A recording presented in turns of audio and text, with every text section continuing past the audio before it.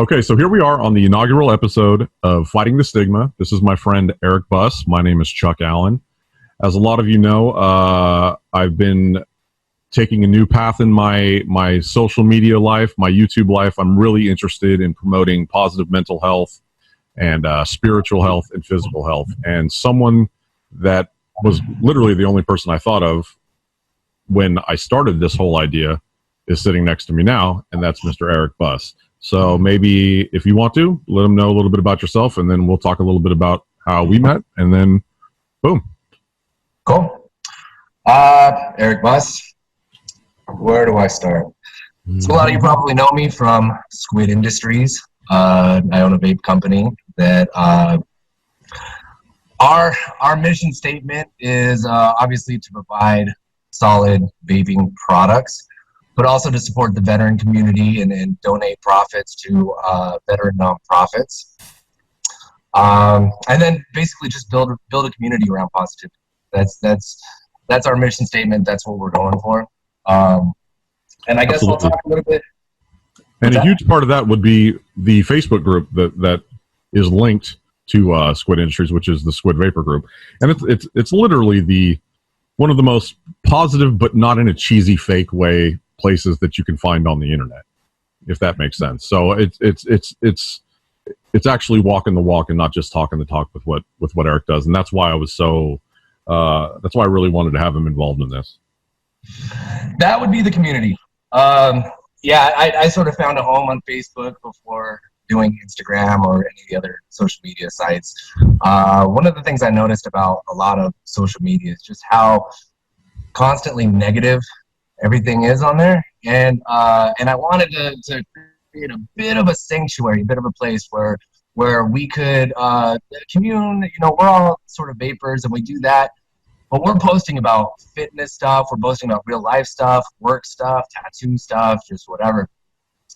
We do fundraisers for nonprofits, and so my company will donate, and other companies will donate too, and we'll get big prize packs and do raffles and donate. Oh yeah, I remember some of those huge ones, man. Those are fun, man. And another thing, yeah, we are both veterans. It's also kind of a very veteran-centric kind of group, but you don't have to be a vet to be involved in it, obviously.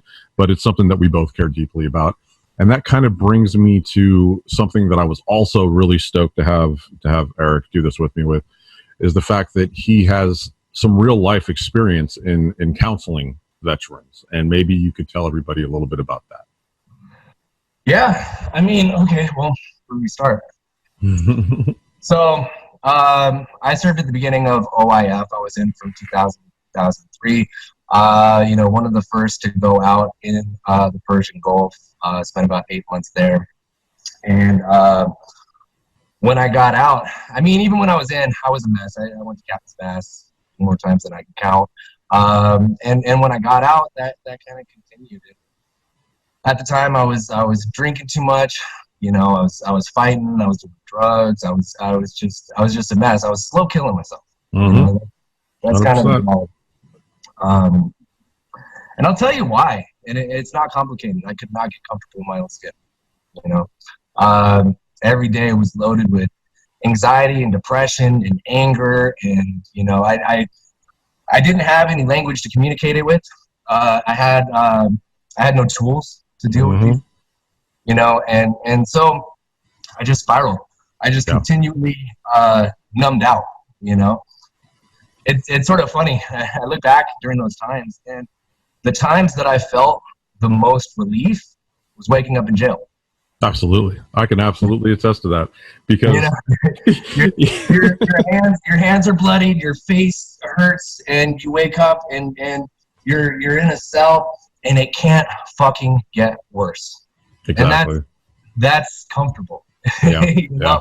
And you know, another thing with that too is it's kind of a twisted way to look at it too, but the way that I thought about it was, if I woke up in jail, I knew that, okay, I'm getting punished for something I did wrong, which is something that doesn't happen if you get away with it. And if you don't get punished for something, how are you going to learn? You know what I mean? So if you continue that cycle of, and you always get away with it, you always get away with it. That little bit of like, I got caught means like, hey man, maybe I should rethink some things, you know? So that was a I'll weird take little it a thing. step. Take it a step further on how that resonates with me. I felt I deserved to be punished without having done anything. Oh yeah, 100%. You know, it was sort of this self-deprecating, you know, and self-esteem completely in the dumps, feeling like shit about myself, and I deserved it. I deserved the shit before I even did anything. So all I did was give him a reason, you know. I mean, and I've been lucky. I've not got any felonies or anything like that. Mostly drunken publics, mostly DUIs. You know, just kind of bullshit charges. But I got lucky. You know, there was a time where I tackled a cop. You know, and he was probably gonna let me go too, and I couldn't have that. You know what? The fact that he was probably gonna let you go was probably 90% of the reason why you did it. Right. He was probably being cool. No, you're so used to a cop being a dick, and you're like, oh, whatever. Yeah, this is how it's supposed to be. As soon as that one, he was probably trying to help you. Right. And that doesn't work at that point. Yeah. You know, when you're wired that way right out of the military, it just doesn't work. When someone of authority is really trying to help you, maybe that can cause you to snap. Or I know it did me. You know. Well, yeah, no, and particularly in the military, because you got to hold your tongue a lot. Oh yeah. So when you get out, it's sort of like it just becomes a bit of a free for all. Absolutely. But yeah, so that happened in 2003. I got out in 2008. I ended up in a homeless program. So in order to get into a homeless program, I had to end up homeless. You know, had about 10, 12, 15 arrests under my belt. Entire family was like, we're done, you know? So my mom kicked me out of the house. In 2006, so it took me till 2008 to get into a program. But in 2006, my daughter was born in December. And, you know, I held on for a few months. I was in a relationship, and that was doing, you know, what it was doing. It was a chaotic relationship, and it's what I felt, you know, that I deserved at that point. But we ended up breaking it off about 6 months in. That's when I lost my home, moved in back, you know, with my mom, and burnt that bridge real quick. So there was a point where I'm sitting on the edge of my bed, and I grabbed a picture of my daughter, and I'm looking at it. And oh, mind you, I had drank all of the alcohol the night before, and I've got the shakes. So I went in the medicine cabinet and drank the mouthwash because you know that's that old Nancy Reagan trick. Yeah.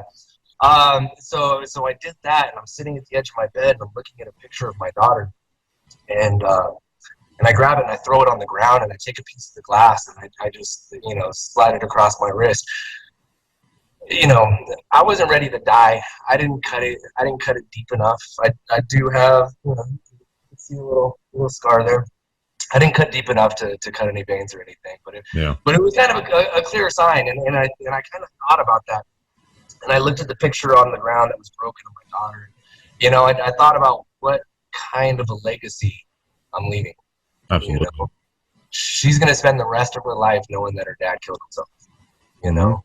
So not only have I inflicted this harm upon myself, but I've created the exact circumstance under which my daughter can grow up to be just like me at that time. Absolutely. Oh yeah, because I mean that that's the father figure role that she comes to realize as her own. What else is she going to know to take when life gets too hard to take that way? And what's amazing is you didn't go that way. You went a completely other way, which is very inspiring to a young child or your daughter, or for anybody. Yeah. You know? Well, yeah, and it wasn't easy.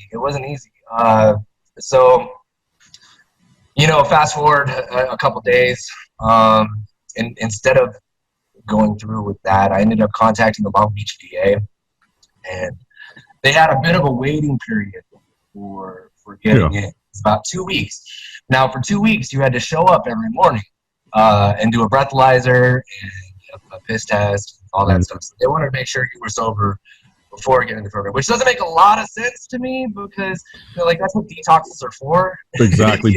but we're also talking about the VA. Right. So anybody that's been in the military understands what I just meant by that. Exactly. So I spent 2 weeks in Long Beach without a place to go. I stayed at a mission a couple times, but you had to get there at a certain time or whatever. So there were times that I missed that. And if you guys know Long Beach, there's some grimy areas. It's not super safe, but a lot of nights I just spent on the VA. So I would go from sleeping in the grass in like the little quad of the VA to jumping into the emergency room because it was fucking cold. You know, and so I would do that until they kicked me out, and then I walked back out. And I did that for a couple weeks until they found me a program. So they found me a program, New Directions, for veterans. It's in Los Angeles, and it's a year-long dual diagnosis treatment program. So wow. you gotta have That's substance rad. abuse and something else going on. Mm-hmm. You know? And at the time, I'll tell you, like, at the time I was diagnosed bipolar. You know, I was on about like 10, 15 pills. You know, like just a handful, a cocktail. I know, right? Right. So that was it. I spent a year there, and slowly, you know, I sort of describe it like my youth. I felt like there was a black cloud over my head. Like no matter what I did, it was gonna go to shit. You know? Yeah, I can completely relate with that. You know, it's like as you grow up and you have, you know, things happen to you in your youth, and they snowball into something else, because when you're a young person, everything is the end of the world. Everything is the last thing that's ever going to happen, because you have no forethought in your mind at that point in your life.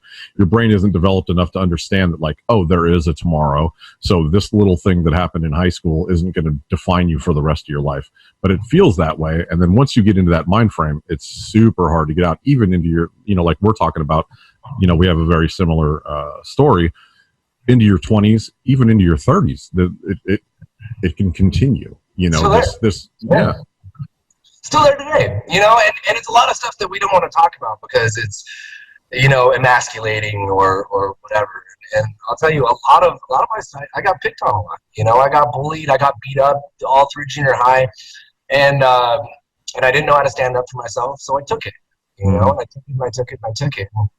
You know, ultimately, I get into my 20s, you know, and I get some size to me, and I start lifting or whatever. Now I've got something to prove. Exactly. You know? So every time I went out, I'd find a fight, you know? And a lot of times, there was one fight I picked with 15 dudes in a bar.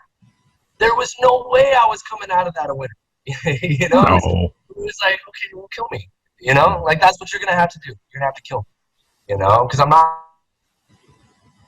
backing down. Like, you know? And so it's, yeah, it does. What happens to us sort of carries on. And you don't want to talk about that stuff, because I don't want to talk about, like, how I was a punk and how I got my ass kicked and how I was too scared to fucking stand up for myself. Exactly. And, you know, the reality is, and I'll tell you, like, I've learned this sort of as an adult, is I'm a sensitive motherfucker. 100%. So much. That's why we vibe so good, because we're both like that. Right. Well, and the reality is I see other people hurting, and it fucks with me, you know? Yes. We have empathy. Yeah. So like, you know, I could have fought back, but you know, there was a thing, I didn't want to hit someone, you know, that was real to me. You know? I've been hit. I know it hurts. I don't want to do it to somebody else. Right. And so, like, I don't know, but ultimately, yeah. So I've discovered that I am a sensitive motherfucker. Yeah. You know, yeah, right. and no matter how many tattoos I get, no matter how fucking big I get, however tough looking I am, however much fucking you know, martial arts training I've done, whatever, like I'm still that person, you know. I'm still that person, you know, and stuff. I feel things deeply. So there's a lot of advantages to that, and there's a lot of things that we got to work with. Absolutely. Because when you feel deeply, you can't connect with everything. It's overwhelming. Yeah. You know? And so you need tools. You need tools to kind of deal with those. And so that's one of the stuff that I started learning in the program. So basically what it was, I mean, so you have a dual program that you do for a year, which, I mean, that's a long treatment program. Yeah, that's a long treatment program for anybody that doesn't know. And through that program, you found yourself really taking on the training, really excited about getting better, and decided this is something that you wanted to do for others. Yeah. Well, and I pursued, so the program sort of has their set standard of how they carry people through. Not all of it resonated with me, you know. You know, and it's not there's no one size fits all with anything. And I think our conversation here and anything that I've written that we're going to talk about, we're not talking about one size fits all. No. You know, a lot of the stuff I keep in the eye because I know what's working for me, you know, and I challenge anybody that watches, anybody that listens to find what works for them. Yep. So you could try some of these things, but branch out and find what resonates, because we're all different. You know? Exactly, and that's something that I've mentioned in each one of the videos. When I was on there was a show that I did with the Vaping Misfits, which is a mental health show, and what I really want to make sure that people understand is, you know, especially with me, this is all really new to me too. You know, I've had issues forever, but I haven't confronted them at all until the last couple months, and that's why I'm so passionate about it now. But everything that I'm saying is from life experience. I have no clinical training whatsoever. I'm just giving you what works for me, what doesn't work for me, and letting you know how I react to things that happen in my life. Now, obviously, Eric does have some, which we'll get into in a second, some background in it. But also, we're just here to talk, man. We just want to help you guys out. We're trying to help ourselves out just as much. So, you know, this is something that I feel is going to be super beneficial to me, because, you know, just always for many years talking to Eric has been very beneficial to me. So doing it like this, hopefully it'll help some other people out. Yeah, no. So yeah, to sort of go back to that, I started seeking other ways of addressing my issues. One of them was I found meditation, you know, and there was a sort of Buddhist meditation center, but it's interesting. It's sort of Western Buddhism. They're kind of open to any spiritual understanding. You know, you could be a Christian and walk in there and still and still worship Jesus and you know, God and everything, and have this meditation practice. So it's like I've heard the term mindfulness thrown around a lot, which is kind of an all-encompassing, get yourself in the mind space you need to be in kind of attitude. So you're talking more along that kind of lines, but with Buddhist structure or Buddhist level. Yeah. You've got the precepts and the noble truths and stuff like that, but none of these really say anything about afterlife. You know, they're all about what are you doing now, and a good definition of mindfulness is actually being in the present moment. Just being here. If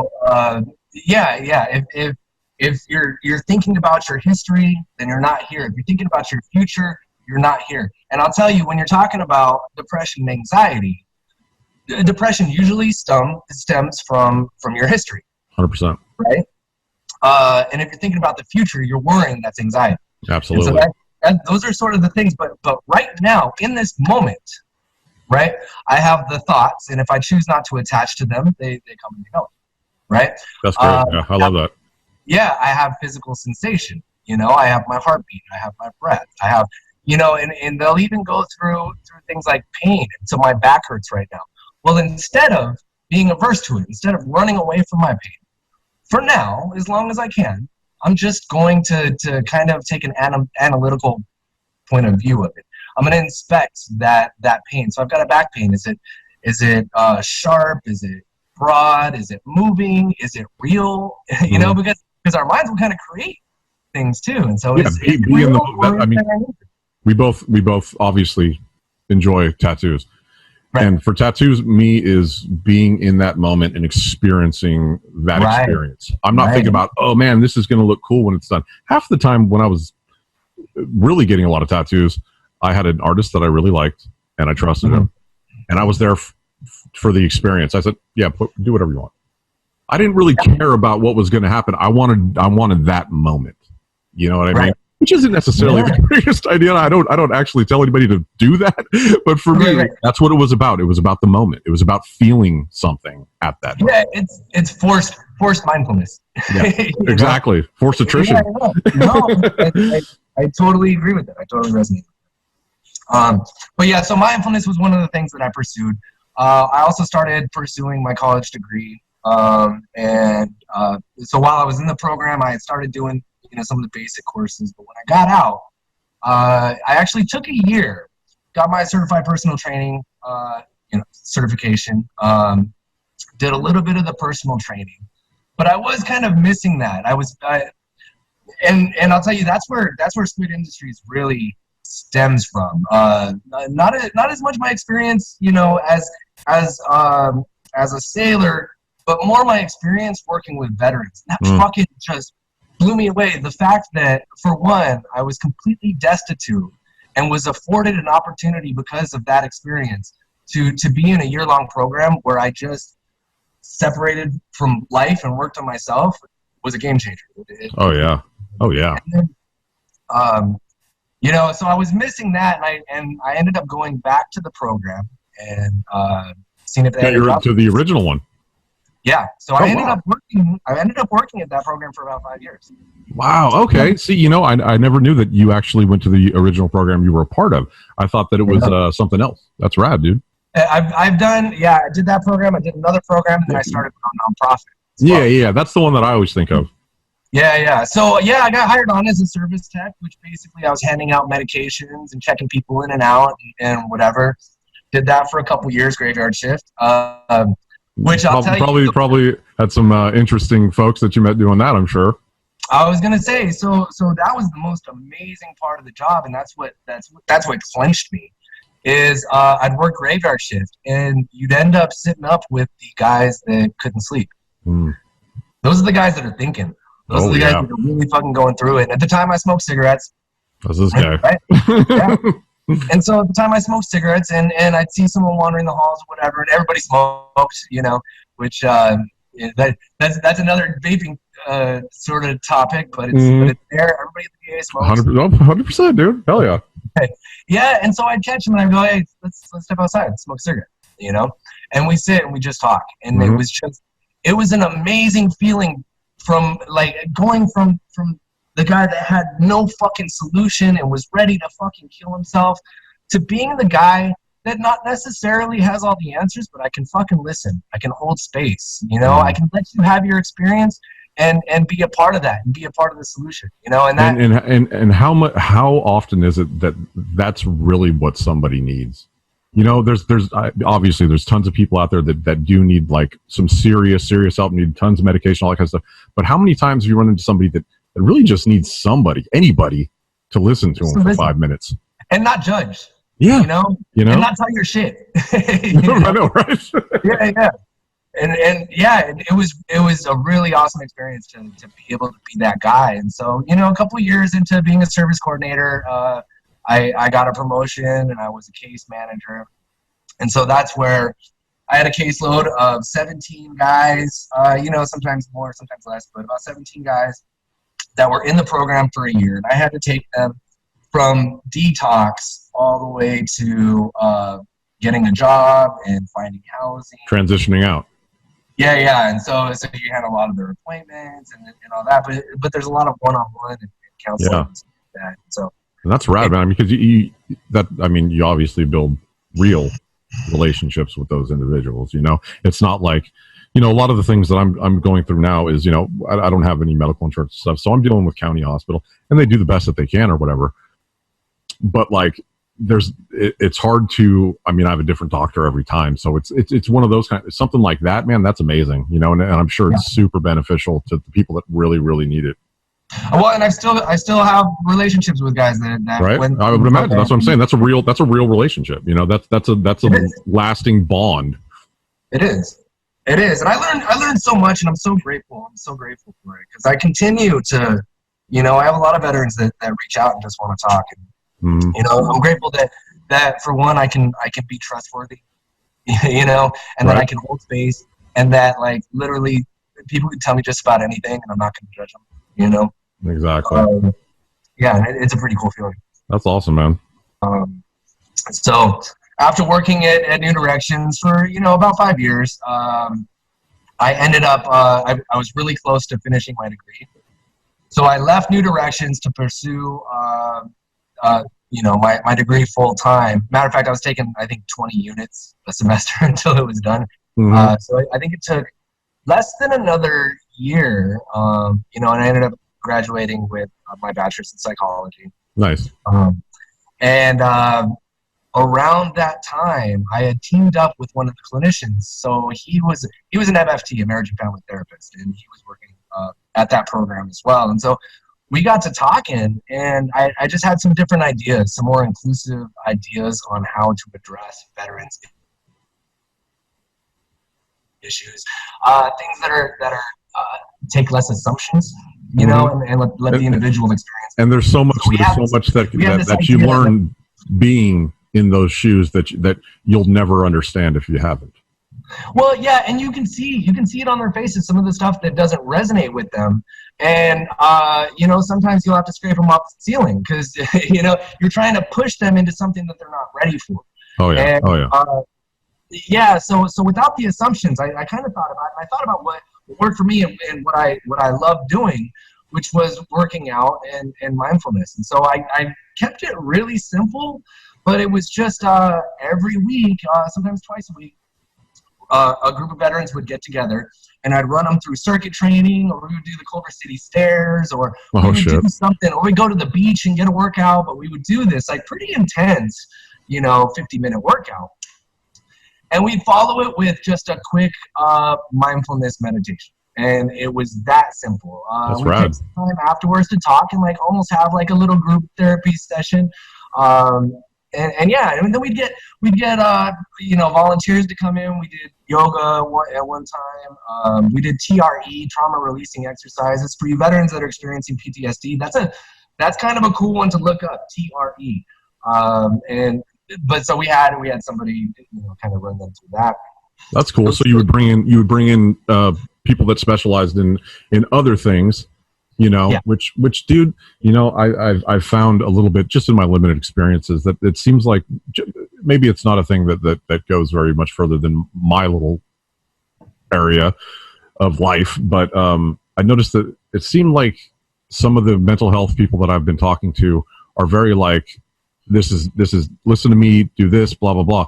But in order, I think, for you to get a full, spectrum of what can and can't work, you have to be willing to listen to other people, and being in charge of a program like that and bringing in other people. I mean, that's cool, man. And I think that hopefully that's something that happens a lot, but I just haven't seen it. Yeah. We do shotgun therapy. Oh, really? Yeah. I mean, it spreads out this wide. Some of it's going to hit, and if it doesn't, I'm not offended. It doesn't hit. That's fine. Well, let's move on to something else. What doesn't? And so being flexible in that way. So that was the nonprofit. I ran it for about a year. And the reason I had to stop was my wife was pregnant with our twins. And I ended up having to be a stay-at-home dad. She, being in the mental health industry, especially with just a bachelor's degree, means you're not making a lot of money. Yeah. You're getting paid a lot in heart, but financially, a nanny would have cost a lot more than I made per hour. There you go. So I ended up having to close the door on that and kind of refer people to some other cool programs, which we'll talk about later on, like Team Red, White, and Blue, and things like that. There's a lot of stuff. Oh, wow. Yeah, absolutely. Warrior Project, yeah. But anyway, so I had to close that, and then I'm home with the kids, and that's where Squid Industries kind of comes into play. I got into vaping. Quit smoking, got into vaping. And I saw these people making box mods, themselves. And I'd never soldered. I had never done any of this stuff. And I'm like, you know what? Screw it. I'm going to try it out. So I ordered all the parts, ordered myself a soldering iron, and got into it and made this hunk of junk. Shut up, dude. They're rad. Even the original ones are rad. Shut up. Rough, bro. The first one was rough. I used to make them too. Like way back in the day, you just go down to Fry's, get a little what are they, Hammond boxes for electrical? Yeah. Just go to town. And I ended up selling it on eBay for $60. Boom. I'm like, boom. let's keep going. And I love doing it. And it was another thing that's like kind of mindfulness oriented, where you're focusing on super focused. Yeah, you zip into it and nothing else exists, and so it was kind of cool. And so, you know, while the babies were napping or whatever, I was working on boxes and kind of slinging them. And you know, I've always had in the back of my mind that I want to support this community that saved my fucking life. Yep, you know? 100%. Because hey, neither one of us would have quit smoking if it wasn't for vaping. Yeah, and so you have the vaping community, which I love, but you also have the veteran community, which I love and love. So kind of melding those two together just seemed really poignant to me. And so we did that, you know. So we've got Squid Industries, and from there, you know, we ended up like getting into mass production. I partnered in some people so we could kind of do it big, and we've got the double barrel and the TAC 21, and yeah, there you go. All this fun stuff, and it's been a trip, bro. You know, yeah. That was 4 years ago, and that's how we met, man. Was I was on you know, doing my thing with the whole Instagram thing, and I saw this mod, and I was like, what the fuck is that, dude? Oh man, that thing looks rad. And I kept on hitting them up on Instagram, and they don't check Instagram. You know, Eric doesn't check the Instagram for the Squid page because, you know, it'd be too much or whatever. But I kept on hitting him in the comments. I'm like, hey man, I want to get one of these. What's going on? What's happening? And he finally got back to me, and we started talking, and I don't know, a week we were talking a lot, man. And it was just like, we just clicked, and it's been cool since, you know? Yep. So. Yeah. No, it's just that easy. No, but so it is. It's kind of a cool experience. I am someone that likes to do things. You know what I mean? There's like, I've always, if I don't have a goal, if I'm not moving forward, I'm dying. You know? Exactly. It's like a great white. Yeah, you know, and I think a lot of veterans like that too. I think it's sort of built in that you always have to be moving and always have to be moving. That's something too. Yeah, I made a post the other day talking about that, where, you know, and you know, he had talked a lot about meditation earlier, and I'd found that that's not something that necessarily works for me. I talked about it a little bit in the show that I did last week, but it's more of, I can't slow my mind down enough to calm myself when I'm trying to focus on calm, but I can be extremely calm when I'm focused on an action. You know what I mean? When I know that there's something going on, I need to do it. And a lot of that comes with something like this, man. This is really helpful for me because I feel like I'm doing something. You know, I'm going to get into editing it a little bit. It's going to be cool. You know, hopefully people will dig it and it'll help people. And that gives me purpose. And that purpose is what gives me calm. Yeah. Well, and this in particular, because you're also connecting with a lot of the thoughts that come up in your head. But see, when they come up in our heads and we don't articulate them, we don't start talking about them, then we get that internal dialogue. And I'll tell you, like, my brain's me and my mouth me are two different people, you know? and this guy's an asshole. Oh, totally. You know what I mean? Like, this guy is critical. If I do anything wrong, if I fuck up, I'm going to think about it for 3 days. All right. And then, so that's kind of where I come in with the whole Squid thing. So after, you know, a little while of being in the group and really being super stoked about the hardware and really becoming friends with Eric, I started doing some work with the company. I was doing some, you know, just some little stuff, helping fix some of the mods, that kind of stuff. And then we started every now and then when there would be a, you know, like a big convention or whatever, we would go, right? Mm-hmm. Yeah. And we had a hell of a lot of fun every time we went somewhere. We went to Vaporgate in Denver. We went to, what was it, North Carolina for that thing? Yep. So, yeah, you know, and spending real time, you know, spending time like this is great, and it's really beneficial, and it's amazing that this is the world we live in now. But I really don't think that anything tops spending real time with another person face to face and really getting to know them in that way. I was gonna say you finally get to know whether you actually like a motherfucker or not. Exactly, 100%. You're like, oh, you know what I mean? Yeah.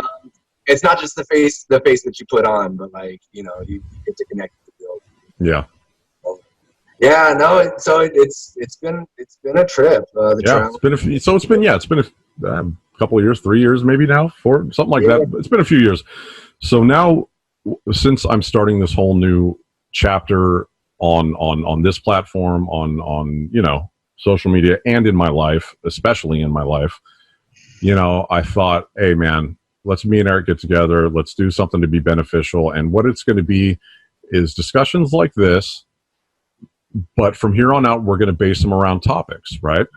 So there's something that Eric has done in the past, and it's called the Reflections page, right, on Facebook. If people want to check it out, Reflections by Eric Buss. Reflections by Eric Buss. And there's a lot of really cool stuff in there, and each of them kind of has a vibe, a topic almost, And so what we're going to do is we're going to go through some of those topics. We're going to go through maybe some stuff that I think is going to be important.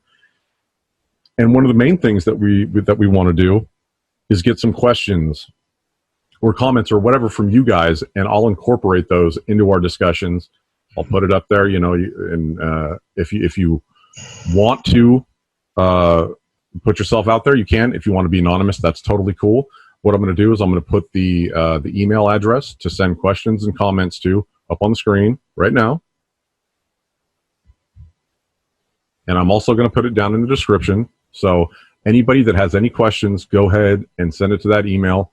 And Eric's going to maybe talk about like a couple of the topics that we may start with or maybe come down the line. But just to give you an idea of what it is you can send in your thoughts on. Yeah. And I'll share a little bit about what this writing is and what I do on social media. Because outside of, the vape stuff, I keep it pretty non-vape. What I talk a lot about is just how I found solutions to different things. Fitness is definitely one of them, and diet and training and stuff like that. Yeah, and mental health is another big one. And so Reflections was it just, I'll tell you where it stemmed from. Ultimately, I had a lot of stuff inside me that I just needed to get on paper. Mm-hmm. The reason I posted it is because I was getting really depressed with social media. Oh God! Again, when you're a sensitive dude, when you've got like a lot of empathy, there's a lot of suffering out there, and there's God, yes. Yeah, there's just so many people struggling, and you see a lot of hatred, but a lot of the hatred, a lot of misplaced hatred. Yeah, it just comes from their own suffering, and so it really hit me hard, and so I started writing and I started posting these things. Now everything is kept in the eye because I don't have any answers for you. I have ideas. I have things that you could try, but I don't have any answers for you. I have answers for me. So everything's kind of in the eye. I wrote them for myself, but it has resonated with people. And a lot of people, including me, which is part of, it's part of the reason why we're doing this was him taking the time to do those posts really drove it home, and this was before I'd gone through what I've gone through in the last few months. And it was even hitting me then, and now I've gone back and read all of them several times, because I really do enjoy the perspective that you have. So hopefully people take a look and check them out, and we'll definitely get into some of those in this upcoming kind of mini series. I think is what we're going to call it. Yeah, and I think mini series is fitting. We'll do, we'll pick our 6 favorite topics to kind of talk about. And there's depression and anxiety. Our first episode, I don't even know what to call that one.